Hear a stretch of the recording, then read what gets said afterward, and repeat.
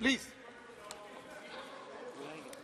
बुलाएंगे बुलाएंगे आप प्लीज। धन्यवाद सभापति महोदय। प्लीज हैव पेशेंस जी।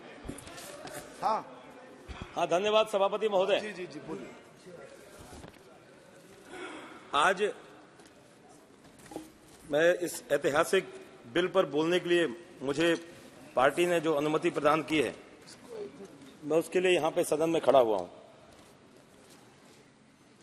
कल इन तीनों बिलों पर हमारे सदन के सभी दलों के विद्वान माननीय सदस्यगणों ने अपने विस्तार से अपना विषय यहां पर रखा। अपना आईपीसी, सीआरपीसी और एविडेंस एक्ट 163 साल बाद अपना आईपीसी एक्ट को बदलाव की इसमें जो आवश्यकता बहुत वर्षों से थी, मैं सौभाग्य मानता हूं कि देश के यशस्वी प्रधानमंत्री श्रीमान नरेंद्र मोदी जी के नेतृत्व में इस ऐतिहासिक नए सदन में देश की आवश्यकता के अनुसार इन तीनों एक्टों को समाप्त करके, आईपीसी को समाप्त करके भारतीय न्याय संहिता 2023, सीआरपीसी को समाप्त करके भारतीय नागरिक सुरक्षा कानून अपना 2023 और एविडेंस एक्ट को समाप्त करके भारतीय साक्ष्य अधिनियम 2023 जो लाया गया है, इसके पीछे का जो मेन जो उद्देश्य है, अंग्रेजों ने अपनी हुकूमत में ये आईपीसी क्यों बनाया था? जब देश को आजाद कराने के लिए देश के मतवाले राष्ट्रभक्त सभी क्रांतिकारी जब 1857 में जब संग्राम में जब कूदे, तो उनको लगा कि पूरे देश में राष्ट्रभक्ति की भावना बड़ी तेजी के साथ जो बढ़ रही है, ये बहुत जल्दी हमारा देश आजाद हो जाएगा और अंग्रेजों को यहां से भागना पड़ेगा। इसलिए उन्होंने उसके 3 साल बाद 1860 में मैकाले द्वारा ये तैयार किया गया। उस समय उन अत्याचारी प्रावधानों की उन लोगों को आवश्यकता महसूस हुई और मानवाधिकारों के बिल्कुल विपरीत आईपीसी के निर्माण उन्होंने किया, केवल राष्ट्रवाद की जो ज्योति थी उसको रोकने के लिए कि देश बहुत लंबे समय तक गुलाम रह सके। और इस एक्ट के कारण से हमको आजादी 90 वर्षों बाद हम लोगों को मिल पाई, ऐसा मैं अपना व्यक्तिगत रूप से मेरा मानना है। जो उन्होंने जो कानून बनाए वो अंग्रेजों ने दंड देने के लिए कानून बनाए थे, न्याय देने के लिए नहीं बनाए थे। आज इस 140 करोड़ की आबादी वाले देश में जो ये नए जो हमारे तीनों कानून जो बन रहे हैं, हमारे जो आईपीसी के लिए भारतीय न्याय संहिता, नागरिक संहिता और साक्ष्य अधिनियम, ये न्याय देने के लिए ये सदन उसको अभी पास करने वाला है। इसके लिए मैं आदरणीय प्रधानमंत्री जी और हमारे गृह मंत्री आदरणीय अमित शाह जी का उनका मैं आभार प्रकट करता हूं। जब जब बदलाव की बात भारत सरकार ने की, मोदी सरकार ने की, हमेशा विपक्ष ने हंगामा किया, उसको हमेशा गलत बताया। चाहे वन नेशन वन टैक्स की बात रही हो, जीएसटी आया, सभी ने विरोध किया, सड़कों पर भी विरोध किया, सदन में भी विरोध किया।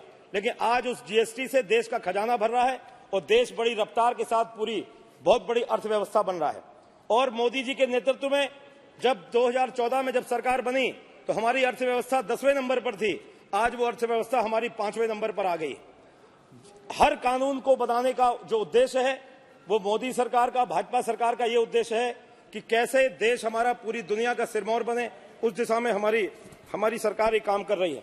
हमारे सभी पूर्व के वक्ताओं ने बड़े विस्तार से विषय को रखा।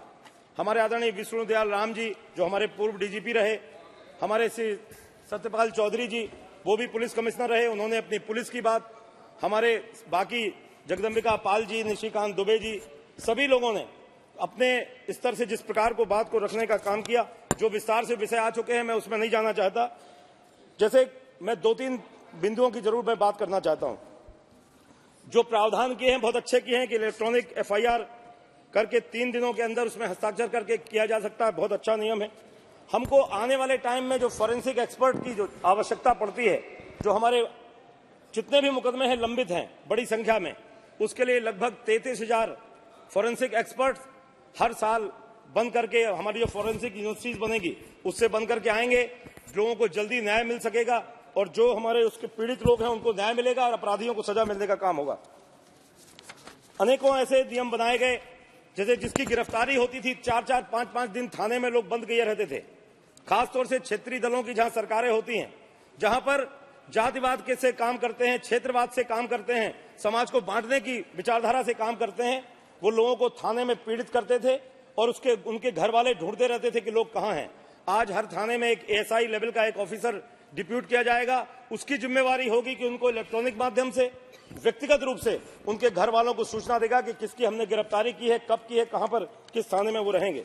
जैसे हमारे समरी ट्रायल के जो 2 साल 3 साल का जो मामला था, उसके आधार पर निश्चित रूप से हमारे जो कोर्ट में जो मामले लंबित हैं, बड़ी तेजी से हम लोग उसमें राहत मिलेगी, लोगों को न्याय मिल सकेगा।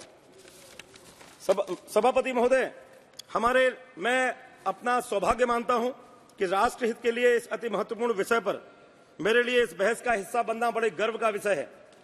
मैं उत्तर प्रदेश के बुंदेलखंड क्षेत्र से आता हूं। मैं वहां देखता हूं जितने सुदूरवर्ती लोग, जो हमारे निर्धन ग्रामीण लोग हैं, जिन लोगों को अनेकों मामलों में जो दबंग और अपराधी किस्म के लोग हैं, उनको झूठे मामलों में फंसाने का काम करते हैं और वो न्याय के लिए वो दर दर भटकते रहते हैं, उनको न्याय नहीं मिल पाता और मजबूरी में अनेकों जगह देश के, अभी हमारे सदन के कई लोग ऐसे हैं, हमारी सभापति पैनल में हमारी आदरणीय बहन रमा देवी जी, वो भी यहाँ पर सदन में रहती हैं। उनके पति बिहार में मंत्री थे, उनकी वहां हत्या हुई थी और वो महामंत्री रहे, उनकी हत्या हुई, आज तक उनको न्याय नहीं मिला। वो अपने क्षेत्र को रिप्रेजेंट करती है, उनकी जनता उनको बार बार चुन करके यहाँ पर भेजती है। निशिकांत जी बता रहे थे कि कभी मुकदमा नहीं था, मेरे ऊपर 307 का मुकदमा चुनाव लड़ते साथ लग गया। हम सभी लोग माननीय सदस्यगण इस बात को देखते हैं, जो भी सामाजिक क्षेत्र में जो आगे आता है, लोगों की जिनका दुख दर्द को बांटने की कोशिश करता है और उसको लीड करता है, तो निश्चित विपक्ष की सरकारें उनको मुकदमा लगाने की काम करती हैं। सभापति महोदय, मैं भारतीय जनता पार्टी का कार्यकर्ता हूं, शुचिता से पूरी निष्ठा और ईमानदारी, 100% ईमानदारी से काम करता हूं।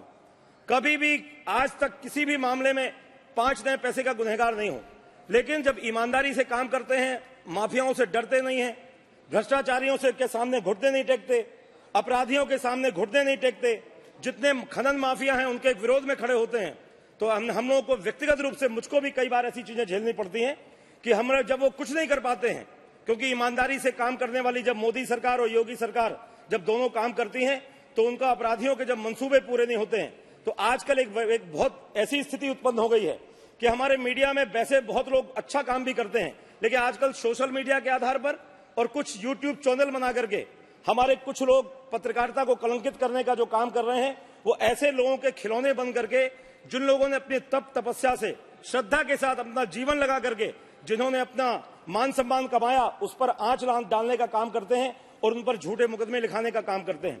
मैंने पिछली बार 2018 में जब आदरणीय सुमित्रा महाजन जी थी, तब मैं यहाँ सदन में था, SC/ST बिल पास हो रहा था, मैं यहाँ पर वोटिंग कर रहा था और सभापति महोदय आपकी जानकारी में है, और जब मैं यहाँ से सदन से निकल करके गया तो मुझको वहां पर फोन आया कि वहां पर टेलीविजन में चल रहा है कि हमीरपुर के दबंग सांसद पुष्पेंद्र सिंह चंदेल ने फायरिंग की।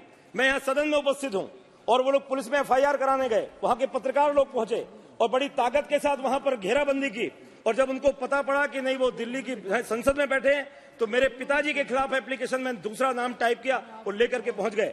तो मेरा आपके कहने से, जब एक सामाजिक व्यक्ति जो दूसरों की लड़ाई लड़ सकता है, जब उसे कई बार उसको भी मजबूर होना पड़ता है, तो जो सामान्य जो एक व्यक्ति, जो गांव के अशिक्षित व्यक्ति जो सुदूर गांव में रहता है, उसको झूठे केसों में, SC/ST एक्ट में, कई हमारे यहाँ, मेरे यहाँ बुंदेलखंड के हर जेल में लगभग 70% निर्दोष लोग जेलों में रहते हैं। निर्दोष लोग जिनको झूठा फंसाया जाता है, उनको देर सवेर न्याय मिलता है। ये आज जो मोदी जी जो बिल लेकर के आए हैं, अमित शाह जी बिल लेकर के आए हैं, निश्चित रूप से इससे लोगों को न्याय मिलेगा और बहुत जल्दी समय पर वो लोग उससे उनको एक सुविधा प्राप्त होगी और उनका सम्मान उनका कायम रहेगा। महोदय, डिजिटलीकरण से न्याय सभी के लिए सुलभ हो जाएगा। न्यायालय के आदेश जो पहले पार्टियों के लिए, पहले जो भी 2 पक्ष होते थे उनके लिए दुर्गम होते थे, अब इंटरनेट पर बस एक क्लिक दूर हैं। एक ऐतिहासिक कदम है ये। पहले गांवों में संबंधित अशिक्षित पीड़ित अपने स्वयं के मामलों से संबंधित न्यायालय के आदेशों और दस्तावेजों तक पहुंचने के लिए पूरी तरह से अपने वकीलों, अदालतों, कर्मचारियों पर निर्भर रहते थे। महोदय, मैं 1-2 विषय और रख के अपनी बात पूरी करता हूं, मुझे पता है समय की मर्यादा है। मैं डिजिटलाइजेशन के साथ साथ गोपनीयता और लोगों को बदनाम करने के लिए डीप फेक बनाने में आर्टिफिशियल इंटेलिजेंस के दुरुपयोग जैसी नई समस्याओं का समाधान करने की भी आवश्यकता है। उस पर भी विचार किया गया है।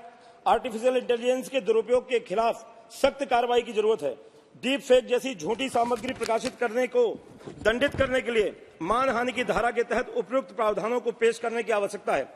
महोदय, मैं उन पीड़ितों की दुर्दशा की भी ओर ध्यान आकर्षित करना चाहता हूं जो झूठे मामलों के कारण अनेकों बार उनके साथ जो अत्याचार होता है, झूठे मामलों में घसीटे जा रहे निर्दोष लोगों को निर्दोष साबित होने पर मुआवजे का हकदार होना चाहिए। और जो लोग जिनकी प्रैक्टिस बन गई है कि किसी भी व्यक्ति के खिलाफ मुकदमा लिखा दिए, बहुत से लोग हमारे यहां ऐसे होते हैं, उनकी जमीन है, भूस्वामी है, भूमाफिया आकर के उनको पुलिस से भय दिखा करके झूठा मुकदमा लिखा करके आधी कीमत में, उससे कम कीमत में उनकी जमीन ले लेते हैं और अपना नगर छोड़ने को तैयार होते हैं। तो जो लोग झूठी एफआईआर लिखाने वाले लोग हैं, उन पर भी कठोर दंडात्मक कार्रवाई की जानी चाहिए। और निश्चित लोगों को जो हमारी सरकार ने जो कानून बनाया है, ये दंड देने के लिए नहीं बनाया, ये न्याय देने के लिए बनाया है। मैं इस बात के लिए आभार प्रकट करता हूं और मैं दिनकर जी की एक पंक्ति कहकर के अपनी बात पूरी करता हूं। छीनता हो स्वत्व कोई और तू त्याग तप से काम ले, यह पाप है, पुण्य है विच्छिन्न कर देना उसे, तेरी तरफ बढ़ रहा जो हाथ है। भारत माता की सुरक्षा के लिए जो जो न्याय कानून की जो आवश्यकता है, उसको हम लोग हमारी मोदी जी के नेतृत्व में हमारी देश की सरकार उसको निश्चित रूप से पूरा करेगी। इसी विश्वास के साथ अपनी बात पूरी करता हूं। बहुत बहुत धन्यवाद। Harsimrat Kaur Badal ji, please, you will be given chance, please. No, you please sit down. आप, you are the lone member of